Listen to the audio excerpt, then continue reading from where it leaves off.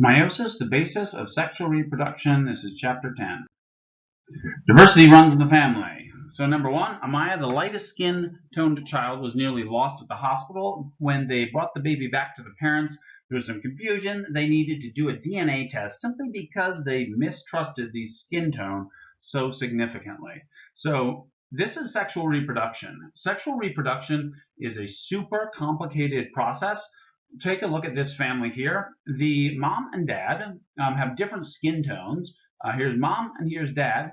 And traits are not simply an average between mom and dad and human beings. Skin color, particularly, is determined by many different genes. So every time this couple has a kid, each of their kid will receive an assortment, a random assortment of the versions of their genes. From the dad, for example, he may have some genes that are associated with darker skin tone. He may have some genes that are associated with lighter skin tone. So each time he produces a sperm cell, it may have inherited from him more darker skin toned genes or more lighter skin tone genes. To some extent, that same thing is true for mom in terms of skin tone.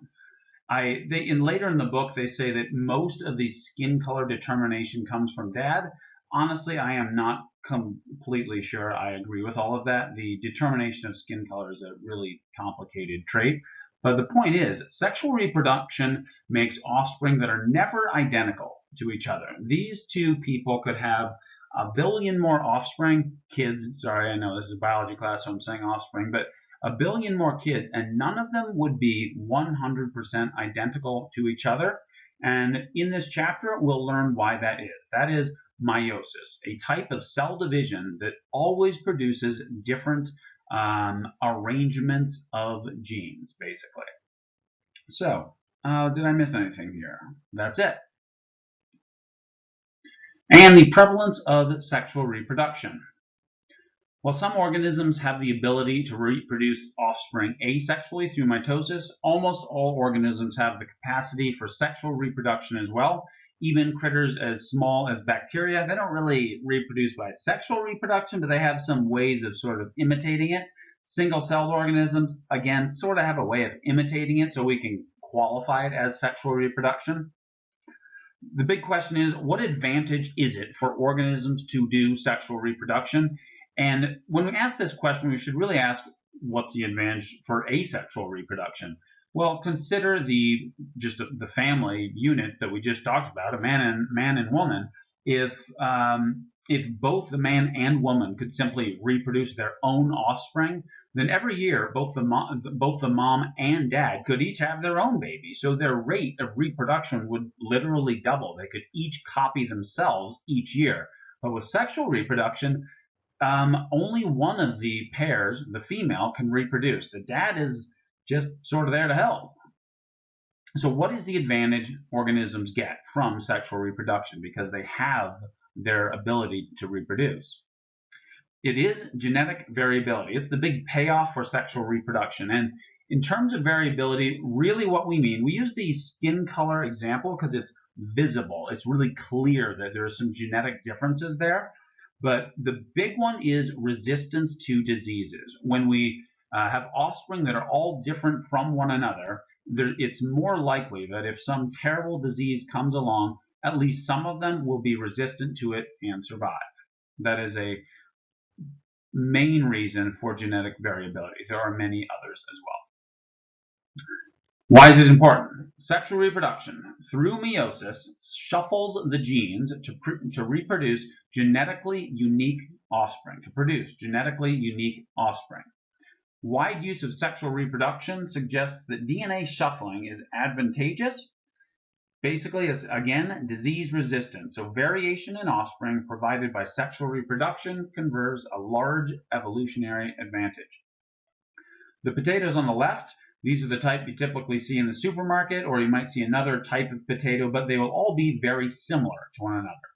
These potatoes from Central or South America, I believe from South America, are really different from one another, and they are produced by sexual reproduction there is a tremendous amount of variability. These on the left, these are for industrial agriculture because our industrial society likes that. And for example, it's easier for a machine to harvest anything if they're all the same because the machine needs to be programmed to harvest something that is all very similar. They can't figure out how to harvest things that are really different. Another reason is that, for example, McDonald's has gone to great lengths to make sure all of their French fries are identical to each other, no matter if the McDonald's is in Europe, Central Asia, or North America. However, there's a problem. There was a potato blight ages ago, I can't remember how long ago, that was just wiping out the potato industry in the United States, and they're all the same. So this disease wiped all of them out. So what we had to do was go to South America and get some different potatoes, try to find one that has some resistance to this blight, and then breed it with our very sort of inbred potato, and we were able to produce a strain that was immune to the blight. Homologous chromosomes. So what are they? Number one, chromosomes are individual pieces of a DNA molecule. So each of these chromosomes on the left would be a double helix, two strands of DNA with their bases facing inward, bonded to each other by hydrogen bonds, etc. The structure of DNA, highly compacted in its chromosome form. Two, sexually reproducing organisms have two copies of each chromosome, and those are called homologous chromosomes. HOMO, that means same. Log means location. Location. I'm not going to spell the whole thing out. Location. Specifically, same location of gene. So if this is the gene for eye color, maybe a big B for brown eyes, then there's going to be the same gene at the same location on the other homologous chromosome. Could be a different version of that gene. For example, maybe blue eyes, little b for blue eyes. They represent the genes given to the offspring from each parent. So the blue one could have been from mom. We might call it the maternal chromosome, the maternal chromosome. And then the purple one could be from the dad. So we call that the paternal, P-A-T, abbreviation for paternal. These pairs of chromosomes that carry the same genes are called homologous chromosomes. Know what you're looking at. So number one, a karyotype. That's shown on the right with the black background, and we can see number 1, 2, 3, 4, 5, etc., all the way to the end, all the way to the bottom here, 21, 22. X and Y here, let's just ignore that for now. We'll call that number 23. So we have 23 pairs of chromosomes, 23 pairs. So one of each pair was given by mom, one of each pair was given by dad. Example over here on number 4. This one might have been given by mom, then the other one would be given by dad, inherited from dad. Homologous chromosomes, already mentioned them.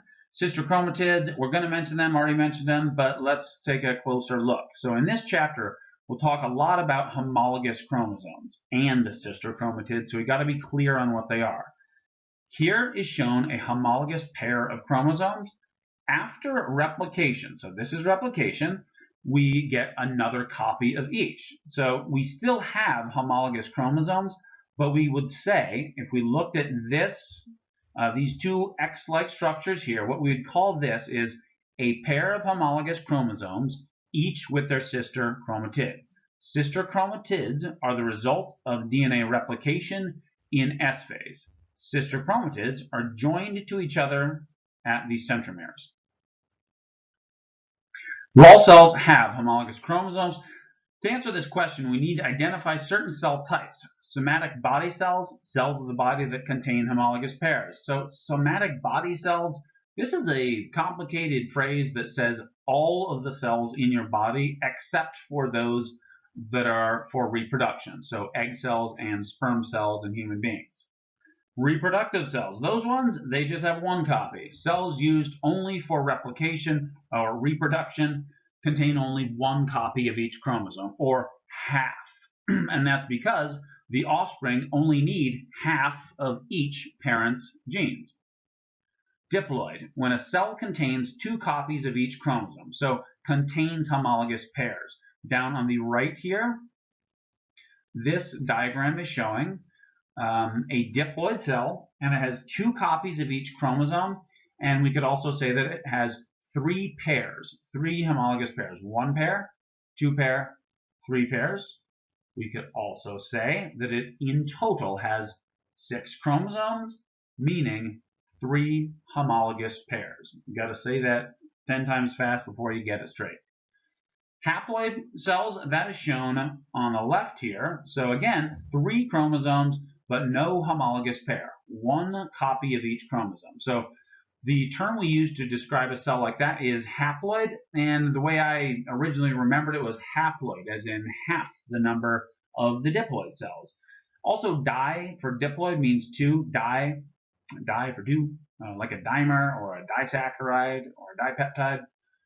Haploid, when a cell contains 1 copy of each chromosome, so no homologous pairs, and these are sex cells in diploid organisms. Polyploid, that is when a cell contains more than 2 of each chromosome. It's not normal in animal cells, fairly common in plants, and plants can sometimes contain as many as 6 or 7 copies of each chromosome instead of just 2. Usually when they do, they only reproduce by asexual reproduction. Consider the number 7. If an organism had 7 copies of each chromosome, can you really divide 7 in half equally? You can't. So if you have 7 copies of each chromosome, or 3 or 5, any odd number, that basically restricts the organism to reproducing asexually. So that is less common because these organisms have a hard time producing different offspring. All their offspring are the same. So if a disease comes out, a virus comes out that has a really high mortality rate on that strain, that plant, they will all die and they'll be wiped out, and that's why we don't see them much. What about the X and Y chromosomes? So now we'll stop calling them chromosome number 23 and the X and Y. They are sex chromosomes, and they determine one's biological sex. This is because the combination of these chromosomes determines the biological sex of the offspring. The chromosomes not involved in determining biological sex are called autosomes. So all the other chromes are autosomes, and that is not to say that they have nothing to do with sex determination, or excuse me, that's not to say they don't have anything to do with, say, producing various characteristics that are particular to males and females, but they don't determine the sex. Long story short, the Y chromosome actually, if even 1 is present, sometimes when mistakes are made, there might even be 2 X's. There's 2 X's, the 1 Y will still cause maleness. There's a gene there that actually sends out a signal to a whole bunch of other chromosomes like, okay, I'm going to talk to chromosome number 17, I'm going to talk to 11, I'm going to talk to number 8 here, and it turns on genes all around the genome, all around these other chromosomes that will contribute to the development of that individual into a male or a female. In humans, we have 22 pairs of autosomes and 1 pair of sex chromosomes. XX combination denotes a female, while XY denotes a male. We'll take a closer look at that in another chapter. Genes are specific regions of DNA. So remember that a chromosome is a highly condensed strand of DNA. So genes are just a region on that DNA. And when we show chromosomes, yes, they're supercoiled. Yes, they're really compact and it's really complicated, but we just denote a gene with some kind of cartoon-like simplicity. Take a look at the diagram here, gene 2. We're just putting a band there, and it just means a region of DNA. So it could be from this AT base pair to 300 base pairs downstream. That could be that gene. So each chromosome contains many genes. In a human being, it could be as little as a few hundred or as many as a couple thousand. Each gene can be found at a specific location on the chromosome, so that's why we say homologous chromosomes. Gene 1 on this chromosome, that's its location, and on its homologous partner, sort of, down here, same location, and that's called a loci, plural, locus, singular. Due to random mutations through evolutionary history, some genes come in different forms. So, for example, if a given gene codes for eye color, there are many different variations of this gene. It's quite widely, quite strongly thought that all of our original eye color was brown because essentially we all came from Africa. Originally, we left there in small groups, and a few other eye colors turned up. And also, I should mention that there are many different versions of brown eyes. What was I saying? So brown-eyed, some version of a brown-eyed gene had a mutation at some point that produced some other colors. So it could have been from brown, mutation occurred, and then there was a green version of that gene. These variations of one gene are called alleles. This is a question I like to ask my students in another chapter. I'm going to prematurely ask you this. Aside from biological sex, so let's just forget about male and female characteristics. Ask yourself this: do we all share 100% the same genes, all of us? Well, the answer is yes, because we're all Homo sapiens. That's what makes us Homo sapiens. We have 100% the same genes. However, we have different versions of all of these genes. We all have eye color genes, but we have different versions of eye color genes. So we have different eye color. So what does all of this have to do with sexual reproduction? During sexual reproduction, chromosomes from male and female cells, sex cells, egg and sperm, are combined into a new organism, providing new allelic combinations in the offspring that may be advantageous. Combinations of alleles on one homologous chromosome are combined with combination of gene alleles on the other homologous chromosome. Another simple example, so we've seen skin color. The genes are combined and we get a result, some combination of mom and dad. Eye color, same thing. A brown-eyed allele with a blue-eyed allele is going to produce some combination of those colors. Different homologous chromosomes with certain alleles are combined with other homologous chromosomes in a random manner. And that randomness, which we'll look at later, is why offspring in sexual reproduction are never the same.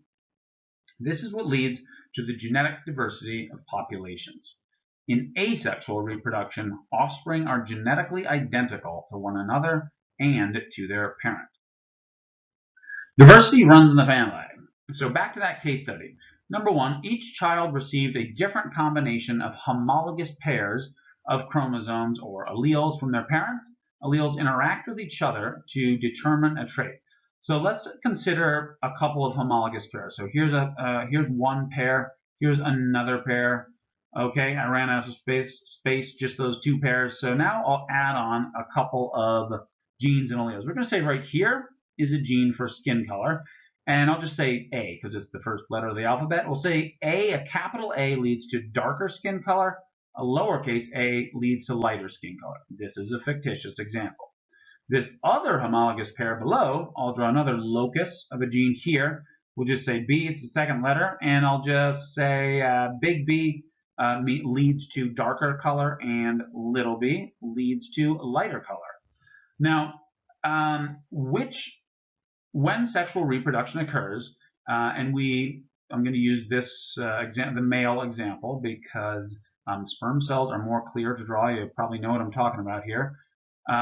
Into each sperm cell that is produced, the sperm cell will receive one of each of these alleles. So it'll receive the big A or the little a. It'll receive the big B or the little b, and it's random. So for example, this sperm cell could receive the big A, that chromosome, and the big B, that chromosome, which is both alleles, going to lead to darker skin tone.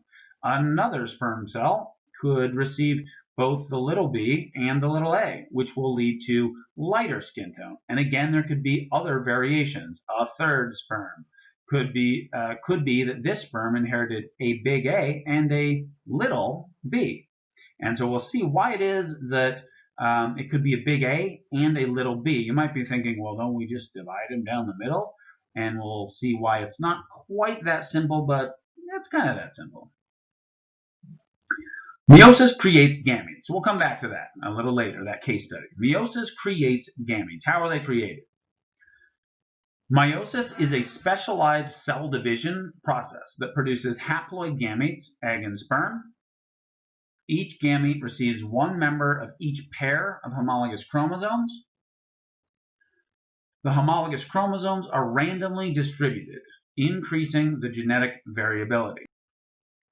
There are two rounds of division, cellular division or nuclear division. And when I say cellular or nuclear division, for now we can just say it's the division of the whole cell, even though specifically, yes, meiosis is a nuclear division, a division of the nucleus, and then cytokinesis will happen after that. But we're not quite as interested in those details for meiosis as we were in mitosis. So meiosis 1 and meiosis 2, these are two rounds of cellular division. Let's take a look at the diagram over here. This one cell divides once, now we have two cells. These two cells divide once, now we have four cells.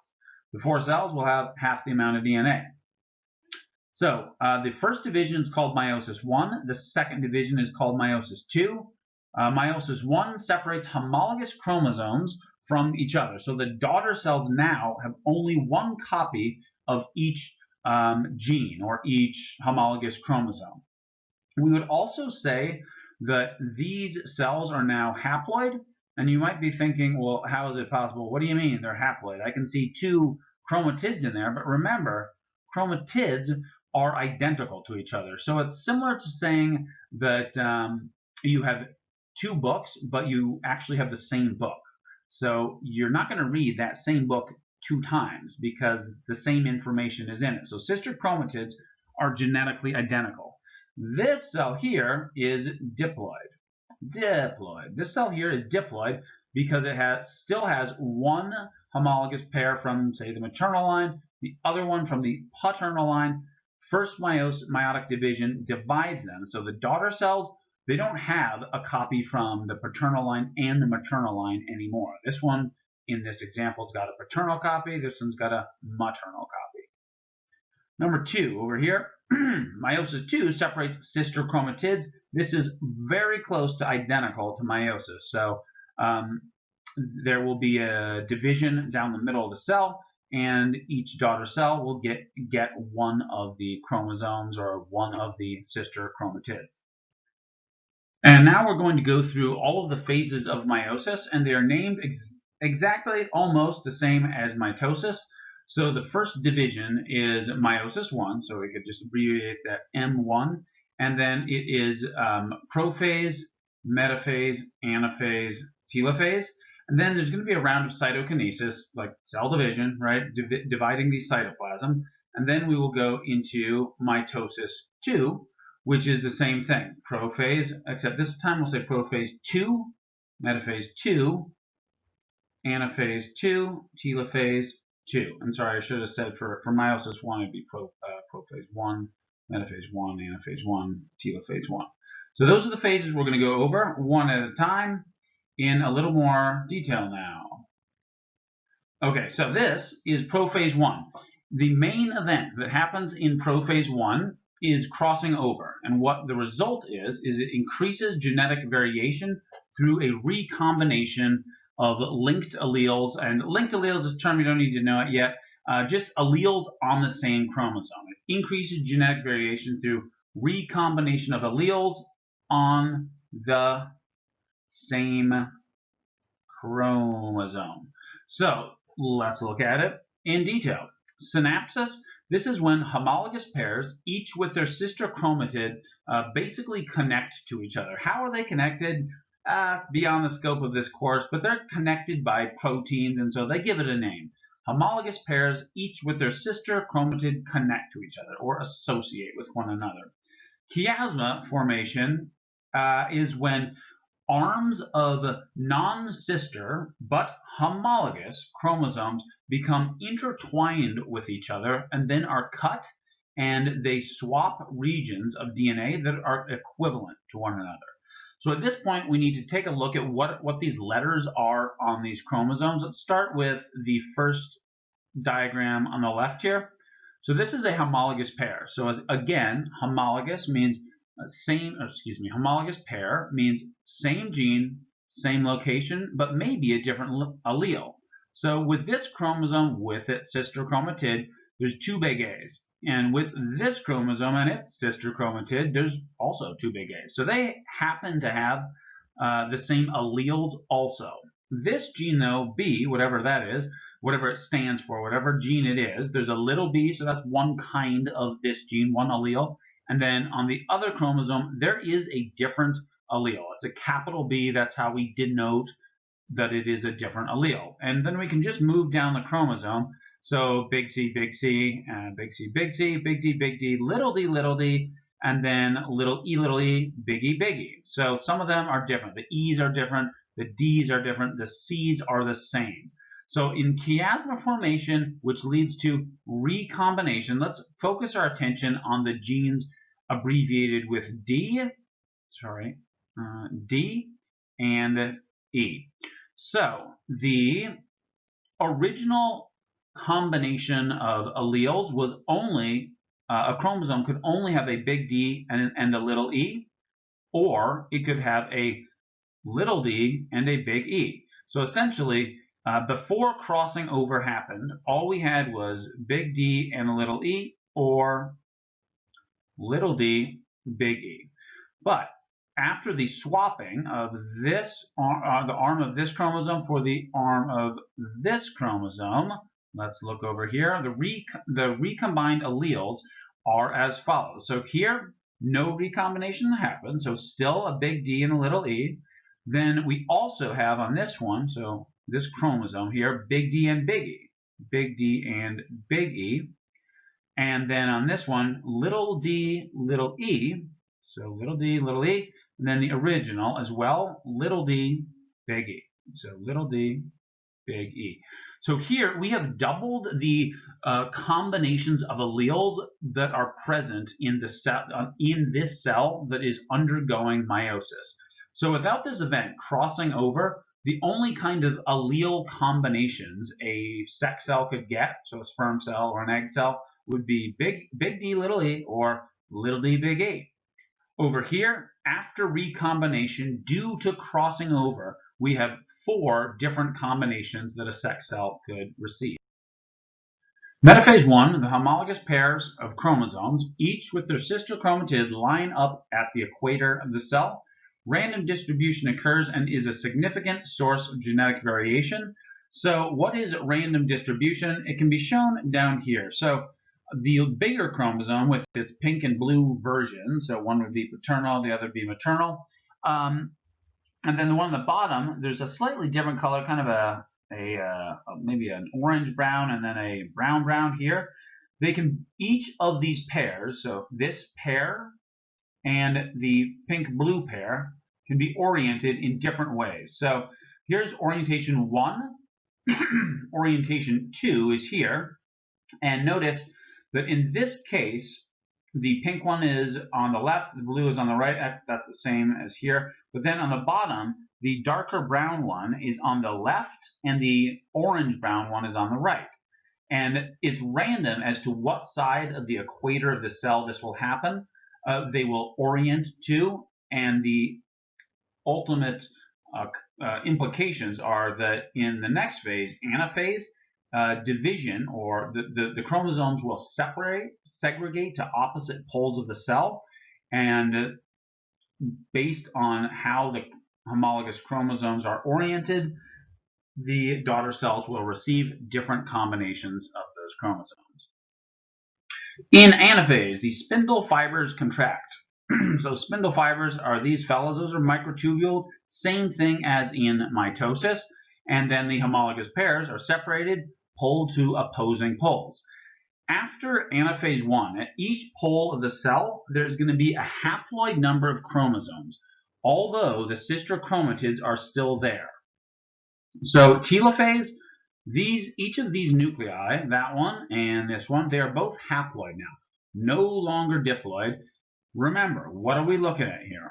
The arrow I'm drawing right now, the pink one on the left, that is a single chromosome with its sister chromatid attached. So the sister chromatids are identical to each other, except for where crossing over has occurred. So right down there, there's a blue segment at the end of that sister chromatid, and that region of the chromosome is not going to be the same as its sister chromatid counterpart. So they're basically still the same, not completely the same. And you might ask, well, what about the other one, this little chromosome? What about crossing over there? Crossing over does not always happen. How often does it happen? Oh, maybe about half of the time for each chromosome. So a baker's dozen, or something like that. There's no exact number for that. Interphase is short, and there's also no synthesis phase in interphase 2 because we are trying to reduce the amount of DNA. Meiosis 2 is basically identical to mitosis in terms of the behavior of the chromosomes. So prophase 2, yeah, the nuclei break down. No crossing over occurs in this case. Metaphase 2, the sister chromatids line up at the poles. And this is really similar to metaphase in mitosis. The chromosomes line up at the equator of the cell, and then the next phase in anaphase, the sister chromatids will be pulled apart. Random distribution of the chromosomes does occur again, and it contributes to variation in the gametes, but not as much to the extent as in metaphase 1, because mostly, whether this chromatid that I'm pointing at here is on the bottom or on the top, it doesn't matter that much because it only matters when crossing over has occurred. So the brown chromosome here, the orange-brown one, no crossing over occurred, so random distribution. So is one of the chromatids on the top or the bottom has zero impact because no crossing over has occurred.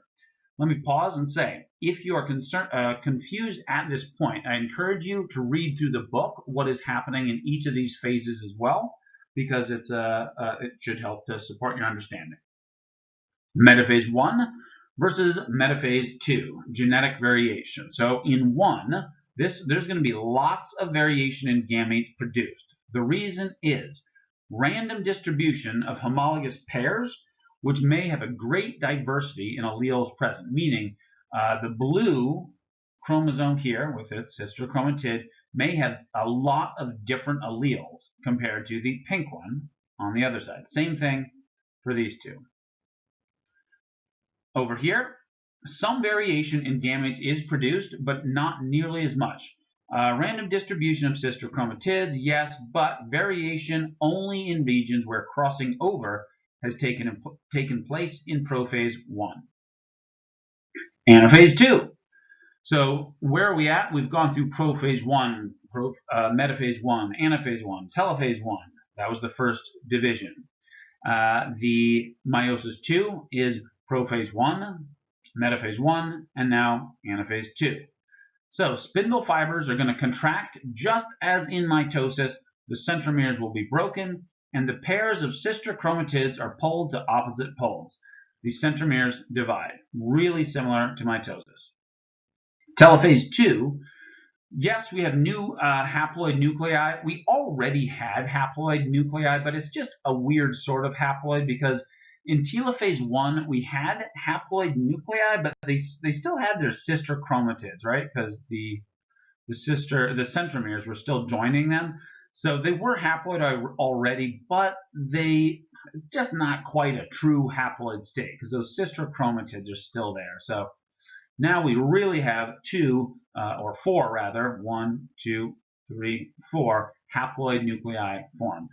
Cytokinesis is going to happen just as it happened after telophase 1. This splits the cells, splits the cytoplasm, splits all of the organelles, divides all the organelles. The end result, 4 haploid cells. Fertilization of these haploid gametes will produce a diploid zygote. So each of these gametes has half the amount of DNA required for the organism. So if you combine one of these cells, maybe this is an egg cell, it's got half the amount of DNA. If you combine it with the other sex cell, which in mammals would be a sperm cell, that sperm cell is also going to have half the amount of DNA, half the amount of chromosomes, and we get back to our diploid state. So again, egg, haploid. Any of these cells here that I'm now increasingly making more and more complicated or scribbled on, each of these cells could be an egg cell that is haploid. Each of them, if this was happening in a male, if meiosis was happening in a male, would result in a sperm cell, also haploid. Sperm cell fertilizes an egg. Egg plus sperm is going to equal a zygote. So the zygote will have double the amount of DNA as both the sperm, double the amount of DNA as the egg. So this is meiosis 1 and meiosis 2 in summary. You might want to pause a bit right now and go over this in your book before we go into the next bit about meiosis. Diversity runs in the family. This is a fictitious example. There's an animation down here. You can find it on Blackboard under this chapter. Fictitious example, the purple chromosomes shown down here. So these would all be purple ones. That'd be a purple one. That'd be a purple one. You can see what purple is. Purple leads to darker skin tone and blue leads to lighter skin tone. This will perhaps more clearly illustrate what is meant by random distribution. They call it random orientation in the animation, but random distribution of homologous chromosomes during metaphase 1. So take a look at that, and it'll hopefully help you to understand why it is that offspring can be very different from one another, and specifically in this case, why their offspring, some of them are have very light skin coloration, pigmentation, and some of them have darker skin pigmentation.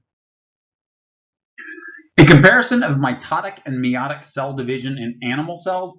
So cells in which it occurs. In mitosis, it is only in body cells, and in meiosis, it's just in gamete-producing cells.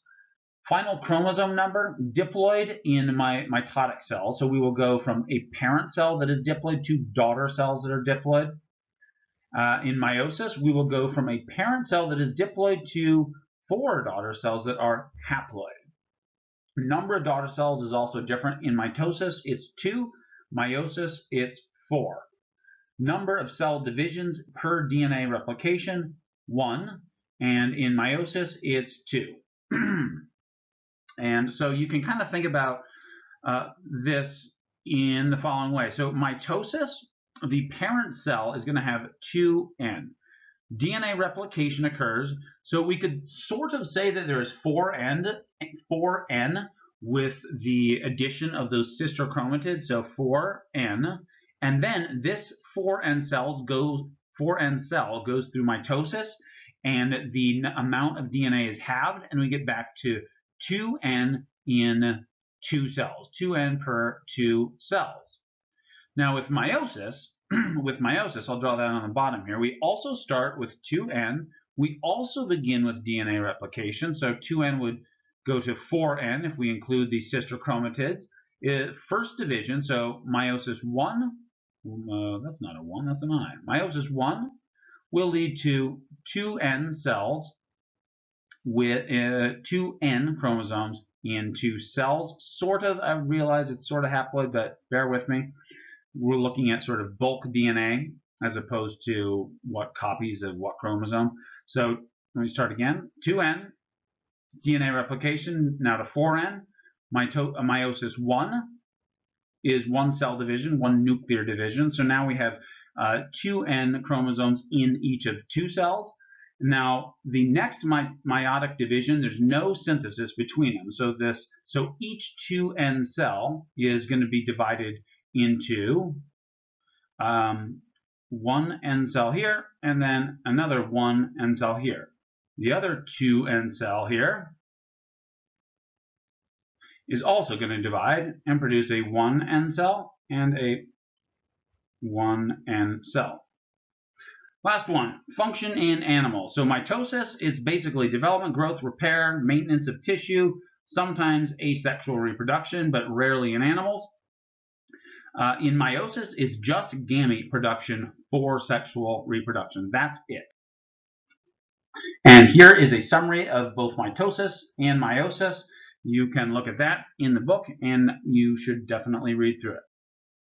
Meiosis is essential for sexual reproduction. Again, because we start with a 2N cell in each of the two parents. So one parent, we could call this the paternal side, call this the maternal side. Diploid parent cells, each of them undergo a meiotic division, or meiosis, excuse me, which is two divisions, right? So we go from 2N to just N. We go from 2N to just N. And then after fertilization takes place, so a sperm cell with an egg cell. If I was going to draw an egg cell, it'd be bigger than this whole slide because egg cells are enormous compared to a sperm cell, but I guess I'll just draw it here. There's an egg cell. The sperm fertilizes the egg, and we are back to 2N. So N plus N is 2N. When specifically does the genetic diversity of meiosis happen? Two key events in meiosis. One, contribute to the genetic uniqueness of offspring.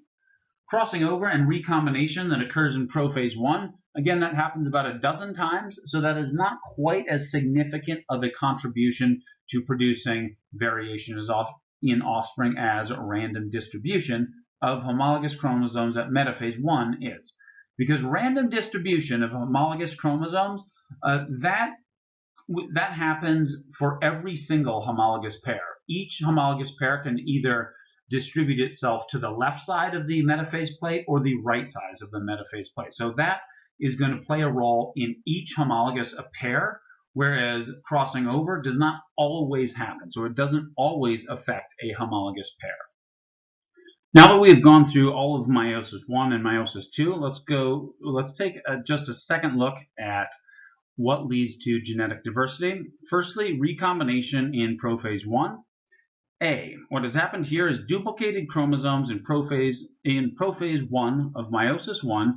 They're going to synapse. That means they associate with one another.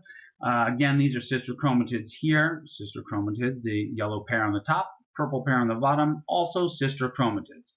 These genes, for gene 2, same alleles. Gene 1, same alleles. Why? Because they're sister chromatids. They're identical. Same thing down here. Identical alleles for both genes 1 and 2. In B, crossing over will occur. So for gene 1, crossing over has occurred. So we are going to get an exchange of whatever alleles there are on gene 1 between this homologous pair of chromosomes. See, this is the result of crossing over for gene 1. Now we've got gene 1 from the purple chromosome that has been recombined and will be inherited eventually in one of the 4 daughter cells with this allele of gene 2. In the past, it was only possible to inherit gene 1 here with this allele. D, unchanged and recombined chromosomes after meiosis 2. We can now see that there's more genetic diversity. So if you look at gene 1, the version here that is going to be inherited with the version of gene 2 here, we've got a light green one and a lightish blue one. And then if you just go through them all, you'll see that there's more genetic diversity now than there was when we started. Erasing this now. There's more genetic diversity there than where we started in these two pairs of sister chromatids. Random assortment or distribution in metaphase 1. So here we are in meiosis 1 in metaphase 1. This cell here has 3 homologous pairs. 3 homologous pairs shown right up here, top left of the screen. 3 homologous pairs. I'll circle them. Here's one pair. Here's the second pair. Here's a third pair. Each of them has their sister chromatid. I'm going to erase that now. Still looking at that same part of the diagram, we can imagine that the purple chromosomes are all the paternal chromosomes, meaning the chromosomes in this cell that were inherited from the dad, if it's a human, and then the yellow ones could be the maternal chromosomes that would have been inherited from the mom. In some cases, all 3 paternal chromosomes will align on the same side of the plate as each other, and all the maternal chromosomes will align on the same side of the metaphase plate as each other. The result is shown below, with one cell inheriting all the paternal chromosomes, one cell inheriting all the maternal chromosomes. Example 2, and no, I'm not going to go through all of them. Example 2 is 2 of the paternal chromosomes are aligned with one of the maternal chromosomes, and then that results in this cell right here. On the other side of the metaphase plate, or the equator of the cell, is 2 maternal chromosomes with 1 paternal chromosome. The result is shown down here. Point being, lots of different combinations. So here's another combination. Here's another combination as a result of the random distribution of homologous pairs on either side of the equator of the cell during metaphase 1. Metaphase 2 happens, and then here are the results shown below. Point being, lots of genetic diversity results from random distribution at metaphase 1. At metaphase 2, it only happens if crossing over. There's only an increase in genetic variation if crossing over has happened.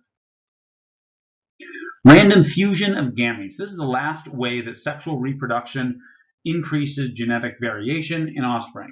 Each meiotic division can produce a great variety of gametes, a great variety. 2, that the chances, excuse me, that's a typo, the chances that the gametes a mother and father produced that fuse to become one child will not only be produced again, but also at the same time, and also fuse with one another, is close to 0. How errors in meiosis cause inherited disorders. Essentially, this process is called non-disjunction, meaning the homologous chromosomes, in this case shown right here, they don't go opposite directions. So on the right is a correct meiotic cell division, but on the left, both homologous chromosomes went to the left. So what that's going to lead to is an abnormal number of chromosomes in both or all daughter cells. So here we have an extra chromosome, n+1, and in these we have n-1, because as we see up here, that homologous pair, they both went left. This daughter cell right here, this daughter cell right here, doesn't have that second homologous chromosome that would normally divide like so. Normally it would be here and getting pulled to opposite ends of the cell. So in summary, sometimes there are errors. These errors, it's non-disjunction, lead to abnormal numbers of chromosomes. A large number of these zygotes will naturally be aborted. About 20 to 50% of miscarriages are the result of non-disjunction. There are a few examples of abnormal chromosome number that stay viable and become an individual. Let me say a little bit about why a miscarriage may occur. A pregnancy is no small thing, and so the body has some error checking mechanisms that make sure, or that attempt to reduce the number of pregnancies that get carried beyond a month or 2 or 3 or something like that, to reduce the number of pregnancies that get carried too far that have some type of significant error. And yes, it is a tragedy whenever it happens. Here's the diagram of non-disjunction from your book. The only thing I've added to it is that if you were looking at this parent cell, notice that there's 1, 2, 3, 4 chromosomes, so that means there's 2 homologous pairs, and we should get the result down at the bottom here. Down at the bottom, I'm going to underline it right there. Down there, we should get 4 cells each that have n number of chromosomes. The parent cell shown there, DNA replication has already happened. Anyway, so if we start with 2n equals 4, we should have n equals 2. So if you just look in each cell, you should see 2 chromosomes in each of them. No homologous pairs, because this is meiosis and we're producing haploid sex cells. Now the second column here, that's going to be right here, this is the second column, non-disjunction during meiosis 1. We have this 2n equals 4 cell, and same thing that happened in the last slide, 2 of the homologous pairs, or excuse me, a homologous pair, so 2 chromosomes, get pulled to the left. So this daughter cell is going to have an extra chromosome with its chromatid in it, with its extra sister chromatid as well. So when the next division occurs, right here, then we're going to have each daughter cell have 1 extra chromosome. So it's not going to be n equals 2. It's going to be n equals 3. n+1 is 3 if n equals 2. And then just the opposite with the other side, the other half of the cells that are going to be produced here. They're all going to be missing 1 chromosome. So the last column is just to say, so this is it right here, non-disjunction can occur in both meiosis 1 or meiosis 2. So notice in meiosis 1 here, we've got a big smiley face. No problems occurred. So the cell on the left, we'll call that the left one, and then on the right, they're both normal. Both have 2 chromosomes, each with their sister chromatid. But then down here, when meiotic division occurs here, the centromere does not divide for the yellow chromosome, so its daughter cell is going to receive both of those sister chromatids. The centromere then divides later, and then the other one is missing one. So if non-disjunction occurs in meiosis 2, you will get half of the gametes being normal. Effects of non-disjunction of the sex chromosomes during meiosis. Firstly, I'm not going to ask that you memorize exactly which number of sex chromosomes in the offspring are related to exactly which disease. Suffice to say that there are several of them. If you saw any of these chromosomal arrangements, so you saw somebody, if I gave you a question that said a person has one X chromosome and no other sex chromosome, so no other sex chromosome, then I would expect you to notice that there's only one X. There should either be a Y or an X for the other one. If you recall, right at the bottom, X, try another better color.